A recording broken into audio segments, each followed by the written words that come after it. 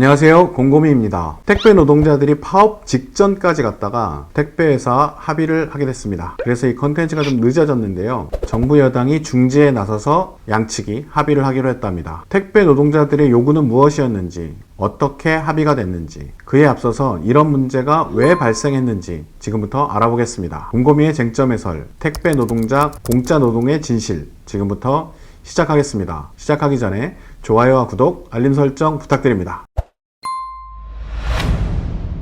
우리가 인터넷 쇼핑몰에서 상품을 구매하면 며칠 후에 우리 집에 도착하죠. 이걸 우리는 택배라고 부릅니다. 그 과정을 지금부터 자세히 살펴보겠습니다. 소비자가 상품을 고르고 결제를 마칩니다. 그러면 쇼핑몰 직원은 상품을 준비해서 포장하고 택배회사에 연락합니다. 그러면 택배기사가 와서 물건을 가져가죠. 그렇게 가져간 물건은 서브터미널로 모입니다. 이걸 집화라고 부릅니다. 그렇게 집화된 물건들은 다시 서브터미널에서 허브터미널로 옮겨집니다. 배송 추적을 하다 보면 어디 허브 이렇게 적혀 있잖아요. 이 허브터미널은 상당히 큰 물류센터를 말합니다. 허브터미널에서 다시 지역별로 구분이 돼서 각 지역의 서브터미널로 보내집니다. 그래서 배송 추적에는 서브터미널은 서브 이렇게 표시되기도 하고 터미널 이렇게 표시되기도 합니다. 이 서브터미널에서 최종적으로 택배기사들이 물건을 트럭에 싣고 소비자가 있는 곳으로 향하게 됩니다. 배송 추적을 해본 사람들은 이 용어들을 잘 알고 계실 겁니다. 설레는 마음으로 우리는 물건을 기다리면서 습관적으로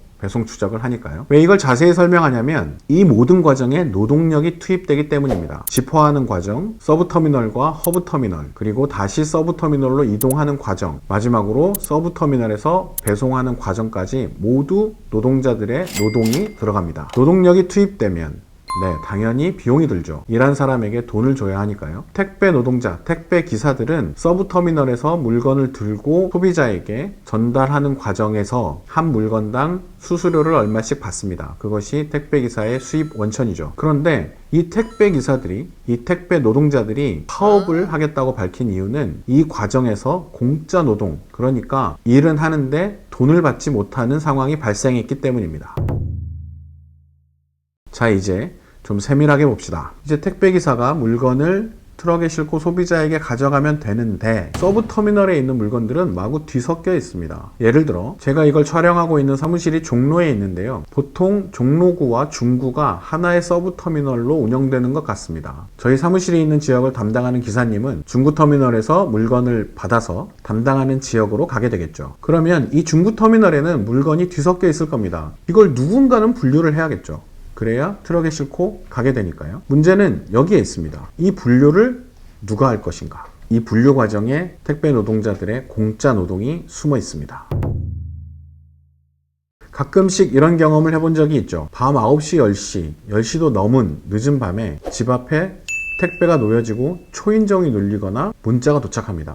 택배 배송 완료. 그러니까 이분들이 적어도 밤 10시까지는 배송을 하고 있다는 것이죠. 어떨 때는 거의 12시까지 배송합니다. 그러면 이 택배 기사님들은 일을 마치고 집에 가면 도대체 몇 시가 되는 걸까요? 못해도 12시는 넘는 시간이겠죠. 그러면 택배 기사들은 몇 시에 출근을 하는 것일까? 택배 기사들은 지금껏 새벽에 출근했습니다. 왜냐하면 서브터미널에 도착한 물류를 분류하는 작업을 택배 기사들에게 맡겨졌기 때문이었습니다. 그 분류 작업이 장장 5시간에서 7시간 정도 걸린다고 합니다. 보통 아침 7시 정도에 시작해서 이르면 12시, 늦으면 2시까지도 분류 작업에 매달린다고 합니다. 그런데 가끔 배송 추적을 해보면 오전 10시에 출발하는 기사님들도 있죠. 이건 어떻게 된 일이냐. 2인 1조로 2명이 분류 작업을 하다가 1명이 분류 작업을 계속하고 한 사람이 먼저 출발을 합니다. 그리고 이 사람이 배송을 마치고 돌아올 때쯤에는 분류 작업이 거의 끝나 있고 다른 기사가 출발을 하고 마저 분류 작업을 한 뒤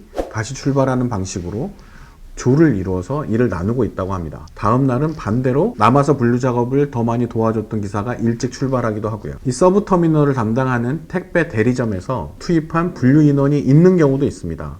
분류를 전담하는 사람을 투입하기도 하는 것이죠. 그 사람이 나머지 분류 작업을 하는 경우도 종종 있다고 합니다. 택배기사의 일정으로 본다면 아침 7시에 나와서 분류 작업을 5시간, 7시간 정도 하고 빠르면 9시, 늦으면 12시까지도 배송을 하고 집에 가서 자고 다시 7시에 출근해야 하는 그야말로 살인적인 노동 강도에 있는 겁니다. 이런 살인적인 노동 강도가 택배기사 과로사의 원인이 되어 왔습니다. 그런데 이런 노동 강도도 놀랍지만 5시간에서 7시간 분류 작업에 대한 노동은 아무런 대가가 없었습니다.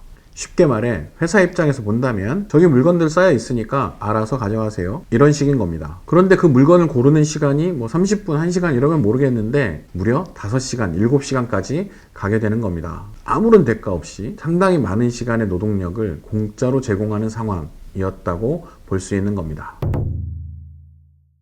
작년에 2020년 택배 노동자들과 시민사회 단체들은 이런 캠페인을 했습니다. 택배 없는 날을 만들어주세요. 택배 기사들은 여름 휴가가 없습니다. 택배 기사들은 자기 차를 일단 마련하고 택배회사와 계약을 해서 일정 지역을 할당받고 그 지역의 배송 물량을 책임집니다. 그렇기 때문에 일종의 자영업자 이렇게 분류되기도 합니다. 하지만 자영업자일까요? 마음대로 쉴 수도 없습니다. 왜냐하면 그날 쉬면 그 지역에 배송이 되지 않는 상황이 발생하는 것이죠. 이 대책을 수립하지 않는다면 이 택배기사는 쉴 수도 없는 겁니다. 그리고 택배회사에 자칫 잘못 보였다가는 계약이 해지될 수 있고 졸지의 실업자가 되는 겁니다. 그러니까 형식적으로는 자영업자 혹은 개인사업자 이렇게 분류될 수도 있지만 사실상 사회 업무 지시를 받고 있는, 받아야만 하는 위치에 있는 사람들을 특수고용 노동자라고 합니다. 택배는 대표적인 특수고용 노동자라고 부를 수 있는 겁니다.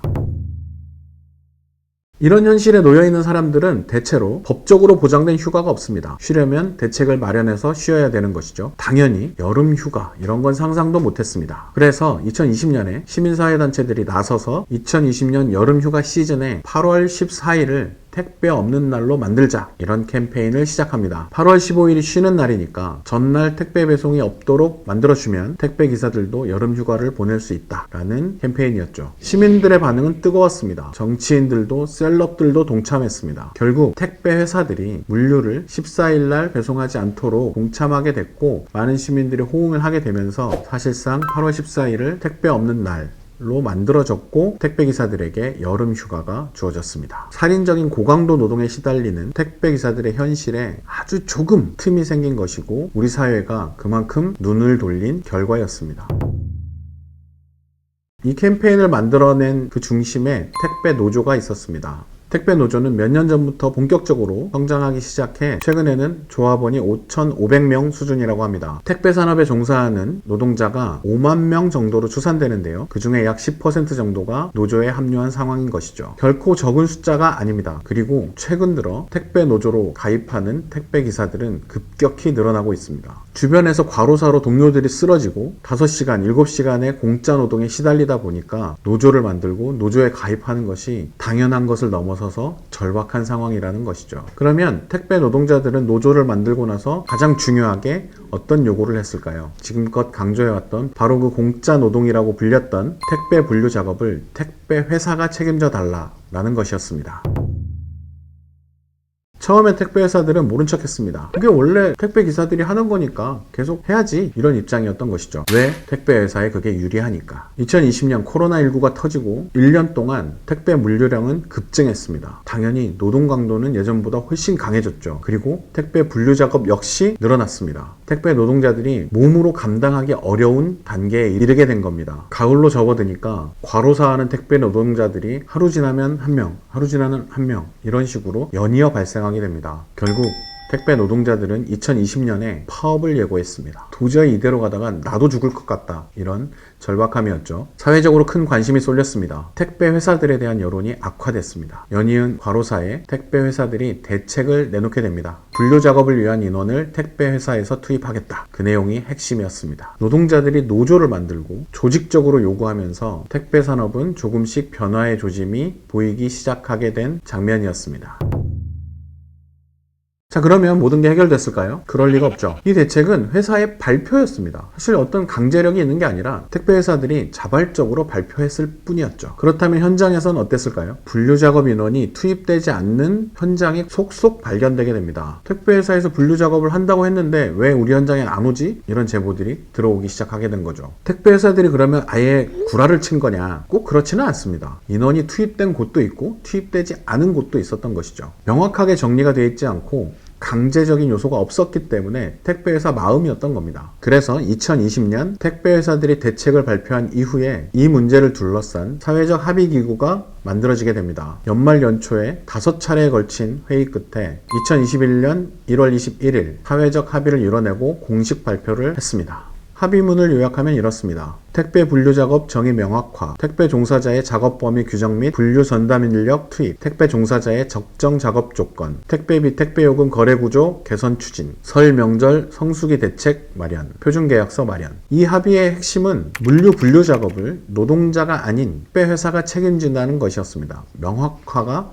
바로 이 지점이죠. 구체적으로 CJ 대한통운은 4,000명, 한진과 롯데택배는 1,000명씩 투입하기로 합의했습니다. 사실 이 숫자는 2020년에 그 회사들이 자발적으로 발표했던 그 숫자입니다. 그러니까 이 합의는 반드시 그걸 지키게 한다라는 합의였죠. 그리고 중요한 합의가 잇따르게 되는데요. 만약 현장에 분류 작업을 투입하지 못하고 택배 기사가 분류 작업을 할 경우에 택배 분류 인원을 투입하는 데 드는 비용에 상응하는 비용을 택배 기사에게 지급하기로 했습니다. 만약에 분류 인원이 오지 않고 택배 기사가 이걸 해야 된다면 그만큼의 5시간을 일했다면 5시간만큼 택배기사에게 비용을 지급하기로 한 것이죠. 그리고 택배 종사자의 작업 조건도 정리하기로 했습니다. 구체적으로는 노동시간을 말합니다. 한 주당 최대 작업시간을 60시간으로 하고 하루의 최대 작업시간을 12시간을 넘지 못하게 하고 야간, 심야 배송도 9시까지만 하기로 합니다. 불가피한 경우에도 10시를 넘기지 않도록 명확하게 규정하기로 했습니다. 이외에도 업계 표준계약서를 마련하고 2월 설 연휴 기간에 특별 대책을 마련하기로 했습니다. 자, 여기까지 보면 해피엔딩 이라고 할 수 있죠. 그런데 합의문을 발표한 이후에 직후에 문제가 발생하기 시작했습니다. 분류 작업을 지금까지 하던 그대로 해라 이런 내용이 택배사에서 택배 대리점으로 전달됐다는 제보가 속속 들어오게 됩니다. 그래서 택배 노조에서는 이게 뭐냐, 도대체 약속을 지키려는 거냐 아니냐 라면서 파업을 예고했습니다. 그래서 택배 노조 입장에서는 이참에 확실하게 도장을 찍지 않고 대충 넘어갔다가는 원래대로 예전으로 돌아갈 수도 있다는 의심이 커지게 된 겁니다. 특히나 물류가 급증하는 설 명절 시즌에 택배 분류 작업 인원이 투입되는 약속이 제대로 이행되지 않으면 또 다른 과로사가 나온다는 것은 불보듯 뻔한 일이었기 때문이었습니다. 결국 택배 노동자들과 택배회사, 정부 여당이 다시 모입니다. 민주당 민생연석회의, 국토교통부, 과로사 대책위, 택배노조, 한국통합물류협회, 국내 대형 택배 3사 이렇게 모여서 아까 말씀드렸던 1월 21일에 합의했던 합의문을 구체적으로 이행하기로 도장을 찍습니다. 핵심적으로 택배 분류 인원을 2월 4일까지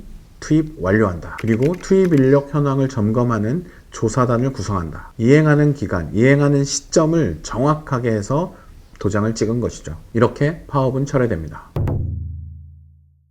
여기까지가 택배 노동자의 과로사 대책이자 그동안 공짜 노동 문제 해결을 위한 택배 노동자들의 투쟁과 사회적 논의의 과정이었습니다. 몇 년간의 논란 끝에 수십 명의 택배 노동자들이 유명을 달리하는 과정에서 겨우 사회적 의제로 떠오른 택배 노동자들의 과로, 그 원인으로 지목된 공짜 노동과 살인적 노동 강도, 심야 배송 이런 문제 해결을 위한 실마리가 마련되었다라고 볼 수 있는 겁니다. 한국의 택배 시스템은 그 어느 나라보다 최첨단이라고 합니다. 그 최첨단 시스템의 이면에는 사람이 갈려나가고 있었습니다. 이제 그 이면의 일부가 드러나기 시작했습니다. 택배 노동자들이 없으면 우리 사회는 지금 유지될 수 없습니다.